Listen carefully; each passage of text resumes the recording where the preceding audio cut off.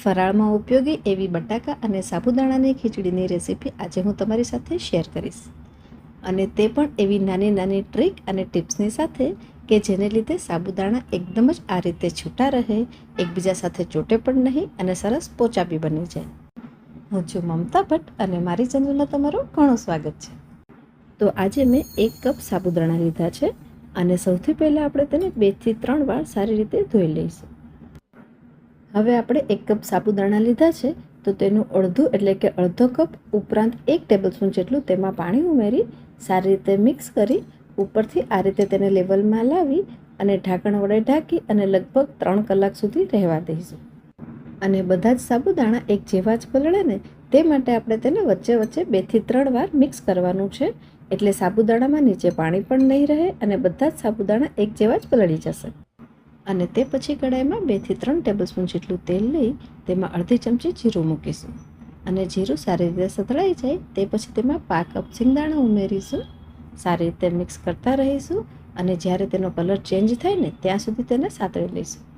અને તે પછી 2 થી 3 લીલા મરચાંને ઝીણા સમારીને એડ કરીશું. સાથે જ 10 થી 12 લીમડાના પાન અને 8 થી 10 કાજુને વચ્ચેથી ટુકડા કરીને તેમાં એડ કરીશું અને કાજુનો કલર થોડો ચેન્જ થાય ને ત્યાં સુધી સાતળી દઈશું. પછી તેમાં 15 થી 20 દાણા કિસમિસ, 2 નાના બટાકાને બાફી અને આ રીતે ઝીણા સમારીને એડ કરીશું. અડધી ચમચીથી પણ થોડું ઓછું તેવું ફરાળી મીઠું એડ કરીશું. હવે ગેસની ફ્લેમ એકદમ ધીમી રાખી બધી જ વસ્તુને સારી રીતે મિક્સ કરીશું અને લગભગ 2 થી 3 મિનિટ માટે સાતળી લઈશું, અથવા તો ત્યાં સુધી સાતળીશું કે જ્યારે બટાકાનો કલર થોડો ચેન્જ ના થઈ જાય. અને 3 કલાક પછી સાબુદાણા આવા સરસ છૂટા અને એકદમ પોચા હશે. તો હવે સાબુદાણાને આપણે બટાકામાં મિક્સ કરી લેવાના છે અને બાઉલમાં નીચે જોશો ને તો સાબુદાણા ચોટેલા પણ નહીં હોય અને બિલકુલ પાણી પણ નહીં રહ્યું હોય.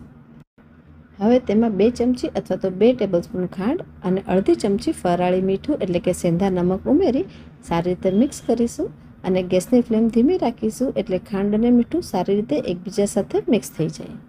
તે પછી તેમાં અડધી ચમચી મરચું ઉમેરીશું. જો તમે હળદર ખાતા હો ને તો આ સમયે હળદર પણ તમે તેમાં એડ કરી શકો છો. બસ બધી વસ્તુને સારી રીતે મિક્સ કરી અને 2 થી 3 મિનિટ સુધી ધીમા ગેસ પર રહેવા દઈશું. અને તે પછી ગેસની ફ્લેમ બંધ કરી 2 ચમચી લીંબુનો રસ અને થોડી સમારેલી કોથમીર તેમાં એડ કરી સારી રીતે મિક્સ કરી લઈશું. આ બટાકા અને સાબુદાણાની ખીચડીમાં વપરાયેલી દરેક સામગ્રીનું લિસ્ટ અને તેની લખેલી રેસીપી હું નીચે ડિસ્ક્રિપ્શન બોક્સમાં મૂકી દઈશ, તો ત્યાંથી તે તમે આસાનીથી જોઈ શકશો. આ રીતે બનાવેલી બટાકા અને સાબુદાણાની ખીચડી એટલી ટેસ્ટી બને છે ને કે જેને ફરાળ નહીં કરવાનું હોય ને તે પણ ખુશી ખુશી આ સાબુદાણાની ખીચડી જરૂર પસંદ કરશે. તો ચોક્કસ બનાવજો અને સાથે જ મમતા ભટ્ટ રેસીપીને સબસ્ક્રાઈબ કરજો. તો ચલો ફરી મળીશું એક નવી રેસીપી સાથે, અને ત્યાં સુધી bye. Cook tasty, stay healthy. Thank you.